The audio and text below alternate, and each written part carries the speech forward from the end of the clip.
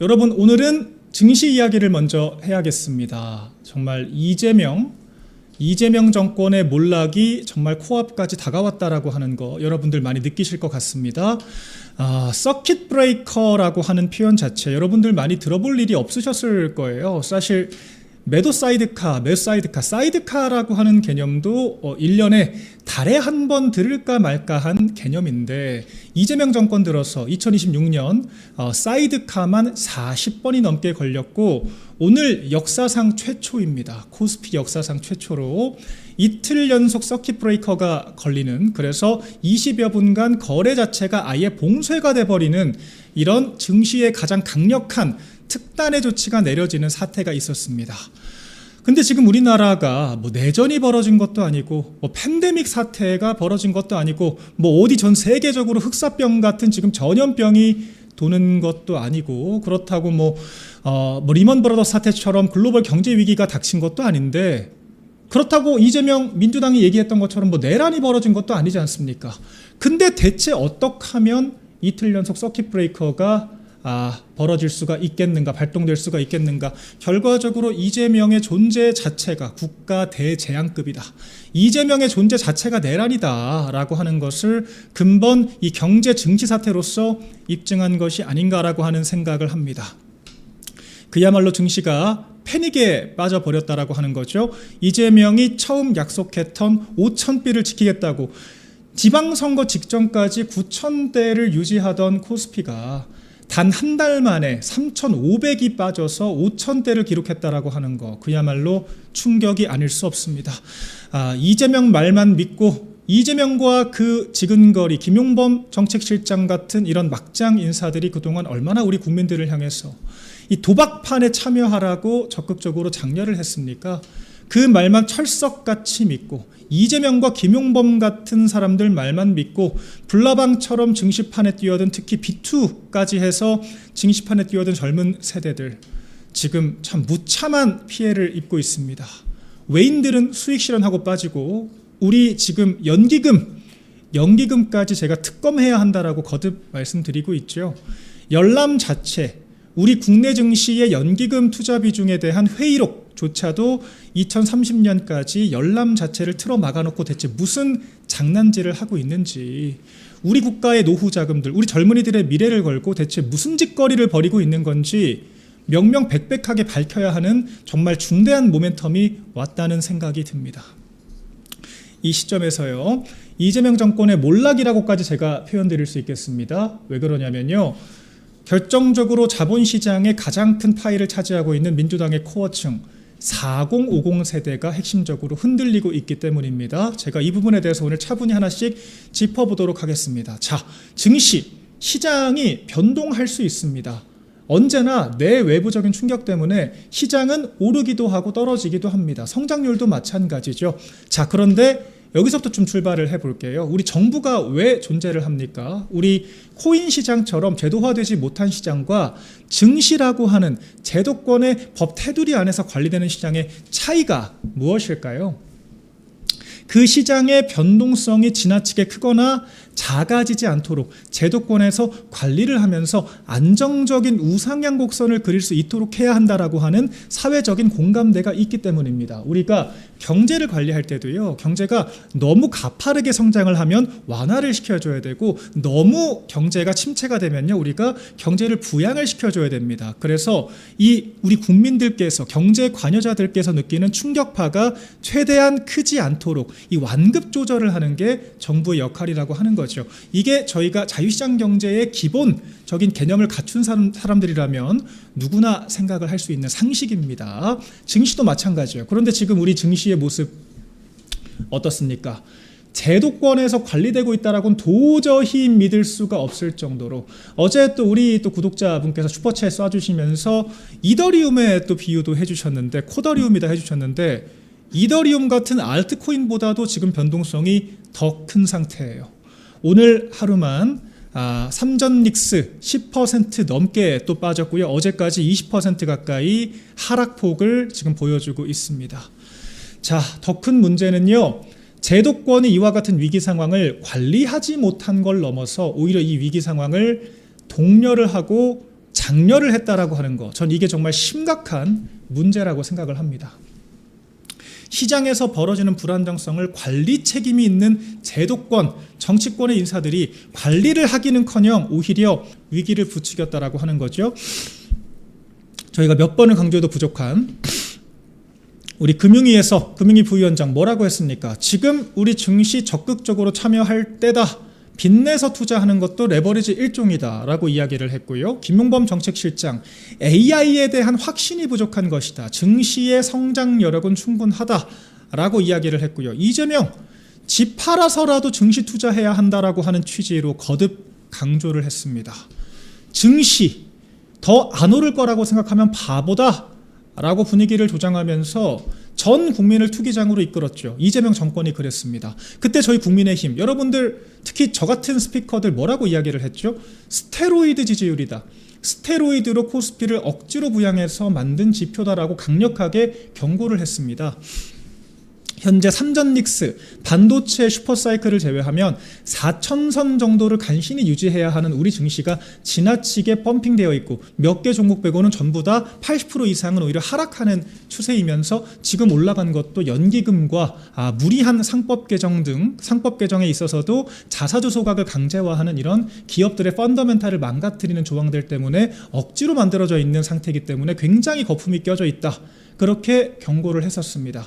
이와 같은 거품이 금리를 올린다라고 하거나 아니면은 전 세계적인 경제 흐름의 변화, 유동성이 긴축이 되는 변화가 발생한다면 급격하게 무너질 수가 있다라고 경고를 했죠. 그럼에도 불구하고 이재명 정권은 지방선거까지 이 증시 하나 믿고 선거를 치른 겁니다. 그러기 위해서 이 증시를 무리하게 유지를 했던 거고요.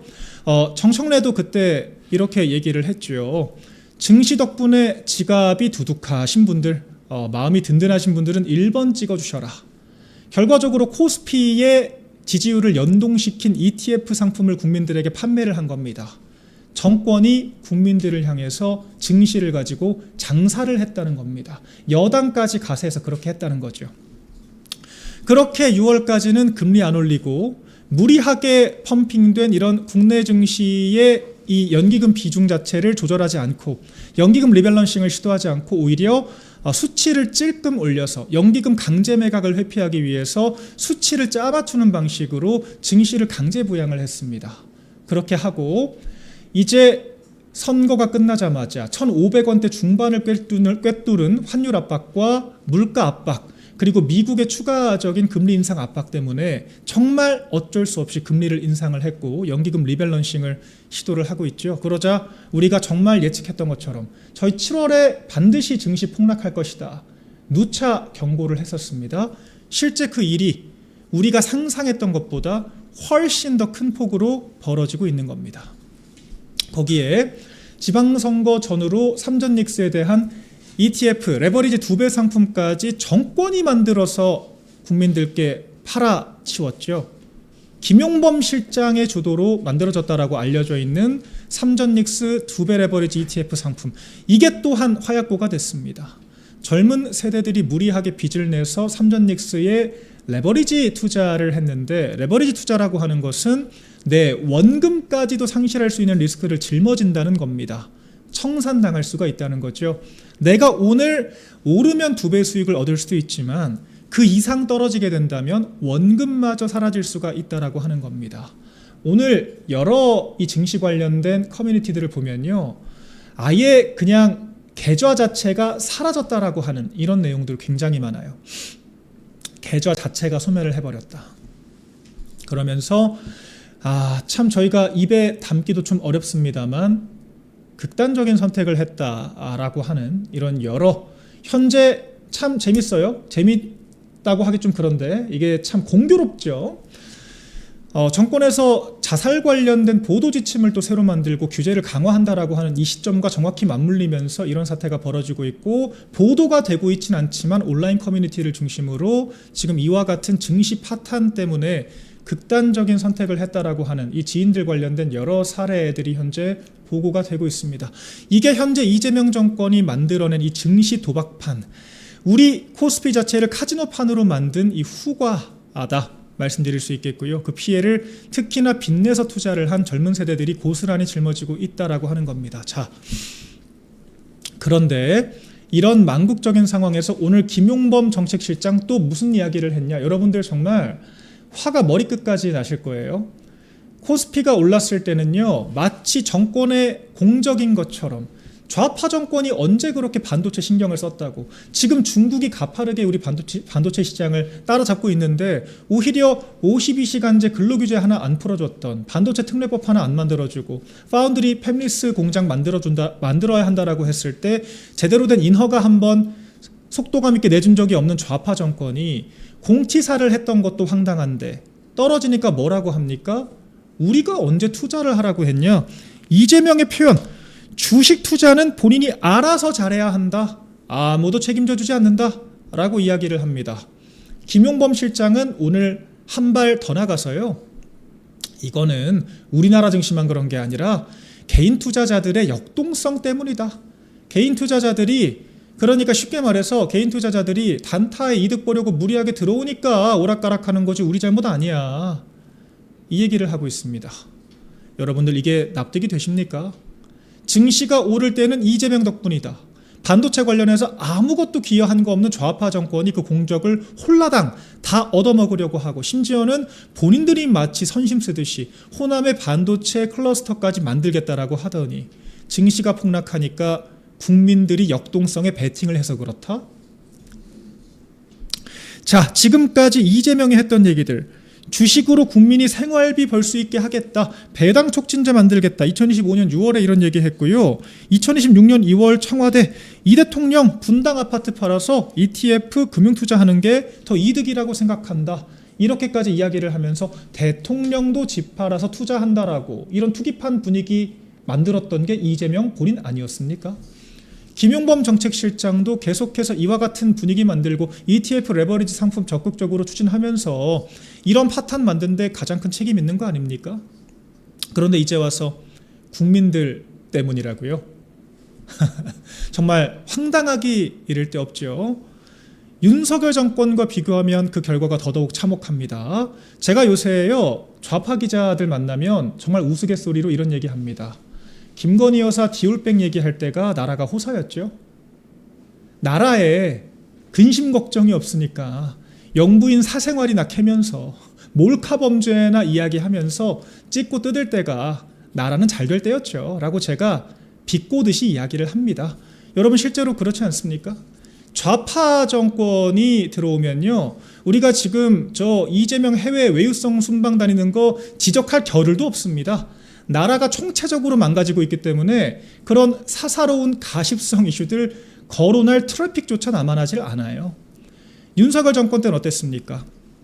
저희가 우리 국민들께 불편함을 끼쳐드리고 저희 지지율 다소 떨어질 수 있다라고 하더라도 전기료 인상하고 재정 건정성 확충하면서 문재인 정권 때 망가뜨린 우리 재정 건정성부터 회복하는 데 앞장섰습니다. 예산 최대한 확충하면서 약자 복지에 힘썼고요. 우리가 그 대한민국 헌정사 최초로 GDP 대비 국가부채 비율이 줄어든 그 시기가 바로 윤석열 정권 시점이었습니다. 그때 S&P, IMF 같은 모든 이런 해외 경제기관들이 윤석열 정권의 경제정책 기조를 극찬을 했지만 그 당시 좌파들은 왜 돈을 안 뿌리냐, 건전재정도 선동이다라고 이야기를 하면서 말 같지도 않은 이야기들을 쏟아냈죠. 그때 우리 경제, 부동산, 증시 모두 굉장히 안정적이었습니다. 지금처럼 사이드카, 서킷 브레이커 매일같이 걸리는 일 전혀 발생하지 않았고요. 심지어 이재명이 나라 망한다고 난리를 쳤던 비상계엄 직후에도 이 정도로 증시 폭락하지 않았습니다. 환율도 증시도 윤석열 정권 때 민주당이 나라 망한다고 부르짖는 그 어떤 순간에도 지금처럼 폭락한 적, 추락한 적 없었습니다. 이재명 정권 때 아무런 리스크도 없고 본인들이 정권의 입법 권한까지 전부 다 틀어지고 있으면서도 이렇게까지 경제 망가뜨리고 있다고 하는 거, 지금 남 탓할 겨를이 있습니까? 부동산은 또 윤석열 정권 탓이라면서요. 근데 또 증시는 본인들 잘못이 아니라 국민들 잘못입니까? 이런 지점들에 대해서 저희가 강력하게 문제 제기하고 단죄해야 된다. 제가 연기금 특검 여러분들께 거듭 말씀드리죠. 저희가 당내 교통정리가 마무리되는 대로 다른 무엇보다 시급한 것이 앙규백에 대한 단죄, 그리고 이 연기금에 대한 우리가 엄밀한 검증입니다. 여러분, 국고손실죄는요, 최대 형량 무기징역에 해당할 수 있는 중범죄입니다. 더군다나 지금 연기금이라고 하는 것은 몇백억, 국고손실죄로도 몇억 원 단위에서 우리가 가중처벌하는 사유를 명시를 하는데, 지금 연기금은요 몇백억 몇천억 단위가 아니라 몇백조, 천조 이상의 단위를 다루는 것이 우리 연기금, 노후자금에 대한 문제입니다. 우리 국민들의 노후자금을 어떤 식으로 운용을 하고 있기에 열람 자체까지 막아놓고 있는 것인가 철저하게 규명을 해야 되고요, 책임자들에 대한 엄중한 문책이 필요하다 생각을 합니다. 우리가 정권 바뀌기 전에라도 반드시 추진해야 될 지상과제다 생각을 하고요. 자, 이재명 정권이 오늘 증시 사태 때문에 여권 내에서조차 쉬운 말로 개딸들조차 이재명을 버리고 있다라고 하는 것도 저희가 유심히 지켜봐야겠죠. 여러분, 클리앙이라고 하는 극좌 커뮤니티 잘 아실 겁니다. 이재명과 이 과거 구친노 세력들에 대해서 사실상 거의 무지성적인 지지를 보여주는 그런 커뮤니티인데, 오늘 이런 커뮤니티에서조차도 저는 깜짝 놀랐어요. 거의 저희 이제 국민의힘 지지해 주시는 분들 정도로 강도 높은 비판이 이어지고 있다라고 하는 거죠. 이재명 정권에 대해서 거의 제 논평과 표현 수위가 똑같습니다. 존재 자체가 국가 재난급이다. 네, 존재 자체가 내란이다라고 하는 이런 표현들 등장하는데, 통상 이러면 댓글 등을 통해서 제지가 되거나 신고를 받을 텐데 댓글 반응들도 대다수가 호응일색입니다. 역대급 국가 호황, 본인들도 알아요. 지금 반도체 호황이라고 하는 게 좌파들이 잘해서가 아니라 우리 경제가 정말 어려울 때도 삼전닉스의 오너들이 오너십을 가지고 투자를 포기하지 않았기 때문에, 끝까지 반도체를 붙잡고 있었기 때문에 지금의 호황을 누리는 겁니다. 자, 그런데 이런 상황에도 IMF 이상으로 경제를 이렇게까지 박살낼 수가 있냐라고 하는 신라. 그래서 검은 화요일에 이 김용범 실장의 발언들 저희보다 더 가열차게 비판하고 있죠. 쭉쭉 오늘 댓글 반응 넘기면서 좀 보겠습니다. 정말 여러 가지 이야기들이 있어요. 심지어는 6.3 지방선거 전에 이런 일이 안 터져서 다행이다라고 하는 망국적인 발언들도 있었습니다. 6.3 지방선거 전에 안 터진 게 아니라 안 터지게 억지로 틀어막고 있었던 거죠. 금리 안 올리고 연기금 리밸런싱 안 하고 경제적으로 반드시 필요한 조치들 정치적으로 막아놨기 때문에 지방선거 전엔 방어를 했던 것이고, 자, 이건 이제 오늘 또 있었던 반응들이에요. 네, 본인들도 알고 있습니다. 지금 정부가 왜 그렇게 다급하게 극단적인 선택 관련된 보도 규제가 필요한가? 네, 한강 가는 분들, 자, 원색적인 표현까지 등장을 하죠. 네, 인생 자체가 송두리째 망가진 분들 많을 것이다. 본인들이 자조적으로 이야기를 합니다. 아이러니하게도 민주당의 4050 세대가 가장 이 자산시장에 민감할 수밖에 없는 사람들이기 때문이죠.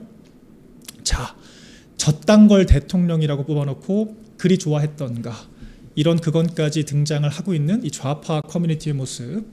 이재명이 점점 힘을 잃어버릴 수밖에 없는, 결과적으로 이 중도라고 하는 게요, 복잡하게 설명할 거 없이 경제에 가장 민감할 수밖에 없죠. 정치에 관심을 안 가지더라도 경제는 체감될 수밖에 없는 것이거든요.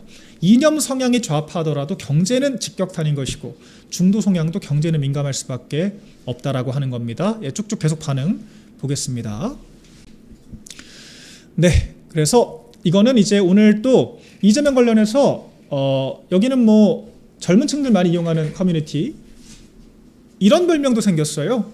잼데믹이다. 잼데믹. 무슨 뜻인가 하니 팬데믹 이재명의 합성어다라고 하는 거죠. 이재명 플러스 팬데믹. 이재명의 존재 자체가 거의 재난급 아니냐라고 하는 신조어죠. 그래서 과거 코로나, 전쟁, 어떤 리먼 사태 뭐가 벌어져도 이틀 연속 서킷 브레이커라고 하는 사태가 없었는데, 이재명의 존재 자체 그저 지금 한가롭게 순방 가 있을 뿐인데, 브라질 룰라 만나서 지금 미국이 가장 강력하게 견제하고 있는 브라질 수장 만나서 같이 하하호호 이재명은 떠들었을 뿐인데, 그 자체가 거의 국가 재난급의 지금 결과로 불어닥치고 있다라고 하는 이런 이야기들 지금 계속해서 인용이 되고 있습니다. 정말 상황이 심각하죠. 이런 부분들 아마 이재명 정권의 추락을 빠르게 지금 급속도로 앞당길 수밖에 없는 요인이다라고 말씀드리겠고요. 자, 이에 대해서 지금 계속해서 여러 반응들 또 띄워주면서 제가 얘기 이어가 보겠습니다. F4라고 하죠. 저희 경제 주요 기관들, 수장들 4명이 모이는 회의를 또 다급하게 오늘 6시에 진행을 한다라고 지금 정부가 발표를 했습니다. 자, 늦어도 너무 늦었죠. 어제 떨어지고 오늘은 그래도 어제 한참 떨어졌으니까 설마 이틀 연속 폭락하겠어 라고 했던 모든 예측들을 깨고 이틀 연속 최악의 하락폭을 기록을 하니까 이제 와서 부랴부랴 헤드쿼터인 이재명은 어디 가서 지금 놀고 있고 F4라고 하는 사람들이 모여서 긴급회의를 하겠다라고 하는데 글쎄요. 늦어도 너무 늦지 않았습니까? 그중에서 지금 이재명을 대신해서 청와대 내정의 컨트롤 타워 역할을 해야 될 김용범이라고 하는 사람의 인식 자체가 이토록 국민 탓이나 하고 있는 수준이니까 대단한 결과가 나오겠습니까? 길거리 나앉게 생겼다라고 하는 분도 지금 계시죠. 이재명 말만 철석같이 믿고 아니 그랬겠습니까? 이재명 정권만 들어서면은 정말 봄이 올 것이다라고 굳게 믿었던 이런 개딸들 입장에서는 이재명 믿고 투자할 수 있죠. 저축했던 거 전부 다 투자했다가 절반 반토막이 났는데 이사를 하려고 보니까 부동산도 폭등해서 이사 가기도 어렵다. 대체 이게 나라 꼴이 뭡니까? 증시하라 그래서 이재명 말만 듣고 증시했던 사람들 돈도 돈대로 잃고 이사 가려고 하니까 부동산도 폭등해서 이사도 못 가고 국민들의 삶을 멀쩡한 삶을 이렇게 송두리째 망가뜨릴 수가 있습니까? 여러분들 충격적인 건요. 이재명 정권 1년밖에 안 됐다는 겁니다. 1년 동안 문재인 5년 동안 말아먹은 거 회복하는 것도 20년 30년이 걸릴 판인데 윤석열 정권 3년 동안 반의 반도 복원을 못했는데 이재명은 1년 동안 그보다 더 큰 폭으로 국가 경제를 말아먹고 있다라고 하는 거 좌파들조차도 이제 숨길 수가 없는 상황이 됐다라고 하는 게 심각한 상황이고요. 경제기관, 경제금융수장 4인방이 어떤 회의를 하건 간에 제대로 된 대책 나오기 어렵다라고 하는 거 우리 모두가 알고 있습니다. 각자 도생해야 되는 상황이 돼버렸고요. 지금 신혼부부들부터 부동산 신혼부부들부터 어떻게든 금융자산, 자산 증식해서 내 집 마련해보겠다라고 하는 젊은 층들 지금 전부 다 좌절감에 떨고 있을 수밖에 없는 오늘 정말 검은 화요일에 이은 검은 수요일 저희가 전달드렸습니다. 이 와중에 어제 조정식, 친명그룹으로 알려져 있는 조정식 국회의장은 이재명의 연임을 이야기를 했죠. 국민들은 지금 복장이 터지고 계좌가 무너지고 내 집이 무너지고 있는데 국민들의 의식주 자체가 송두리째 무너지고 있는 그날에 조정식 국회의장, 친명그룹으로 국회의장까지 된 조정식 의장은 이재명의 연임론을 이야기를 합니다. 오늘 한 발 뺐죠. 어제 전국 단위에서 정치권은 물론이고 국민들이 전부 다 들끓고 심지어는 여권 내에서도 송영길조차도 이건 아닌 것 같다. 조국조차도 헌법 128조 2항 모르느냐? 헌법 개정, 연임 헌법 개정은 현직 대통령에 대해서는 효력이 없다라고 하는 조문까지 읽어주면서 맹폭을 했습니다. 그러니까 오늘 이제 와서 수습하는 척을 하고 있죠. 던져보고 반응 나쁘니까 수습을 하고 있다. 저는 강력하게 의심을 합니다. 왜 그러냐? 어제 조정식 의장의 말은 너무나도 완결성 있는 현행 헌법에 대한 부정이었어요. 무슨 뜻이냐면 이미 본인도 현행 헌법상 현직 대통령의 연임이 불가능하다라고 하는 걸 알고 있기 때문에 국민이 선택할 문제라고 하는 단서를 달았습니다.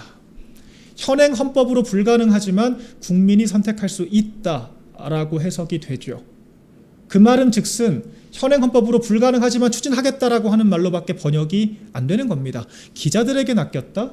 그 말을 누가 믿겠습니까? 결과적으로 이재명이 당권까지 뺏기면 레임덕 바로 불어 닥칠 것이고 연임이라도 불가능하면 정당 컨트롤 안 될 게 뻔하니까 이재명이 총선 당권 정청래가 틀어진다고 이재명 끝나는 거 아니야. 이재명 연임할 수 있어.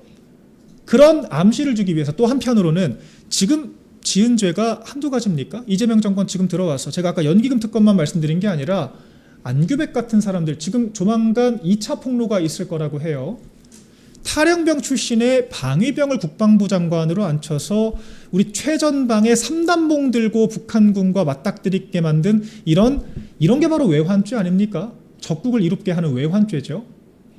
이런 지금 망국적인 정책, 안보 정책들을 펼치고 지금 정동영 같은 자를 앉혀서 한미동맹을 총체적으로 박살내고 지금 정은경 장관 같은 자, 남편을 포함해서 주식 관련된 불법적인 의혹을 무더기로 받고 있는 자가 우리 연기금을 컨트롤하고 있는 이런 상황에 대해서 얼마나 죄를 진 게 맞습니까?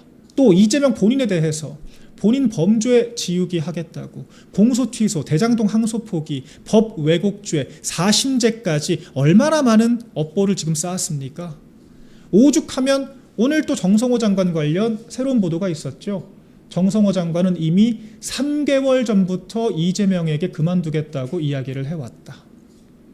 제가 말씀드린 딱 그 얘기와 정확히 맞습니다.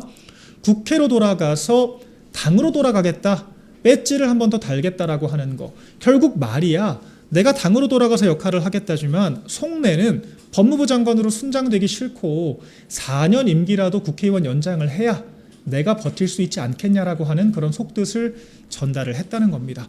지금 이게 이재명 정권의 현 주소입니다. 1년 만에 이 정도로 말아먹었으니 정말 무슨 짓을 벌여서라도 연임이라도 하지 않으면 민주당이 통째로 지금 날아갈 수밖에 없는 그런 상황 아니겠습니까? 그렇기 때문에 어제와 같은 무리수를 던졌다라고 생각이 되고, 오늘 조정식의 말도 못 믿겠지만 청와대 왜 강훈식 실장이 나와서 이야기를 하죠? 오늘 장덕 대표가 직격을 했습니다. 이재명이 나와서 5글자만 말하면 된다. 연임은 없다. 얼마나 단순하고 간단합니까? 연임은 없다. 5글자만 말하면 되는데 이재명 본인은 온데간데 없고 강훈식이 나와서 아이고 이재명 가라사대, 이재명 왈, 현행헌법으로는 불가능하다. 생각이 없다고 한다. 이렇게 전원의 형태로 이야기를 했습니다. 여러분 이 말이 믿어지십니까? 장동혁 대표가 처음 얘기한 게 아닙니다. 당대표 취임 직후 이재명과의 오찬에서도 연임하지 않겠다라고 분명하게 입장을 밝혀달라고 이야기를 했지만 그때도 대변인이 대신 나와서 현행헌법으로 불가능하다라고 답변을 회피를 했죠. 이번도 마찬가지입니다. 노골적인 야욕이 드러나서 여기에 대해서 추궁을 하니까 또 한 번 회피를 합니다. 결과적으로 어떤 식으로든 명분이든 말이든 만들고 연임이라고 하는 것을 무뎌지고 흐려지게 만들어서 언젠가는 관철시키겠다라고 하는 야욕 저희가 끝까지 추적해서 막아야만 한다라고 말씀드리겠습니다.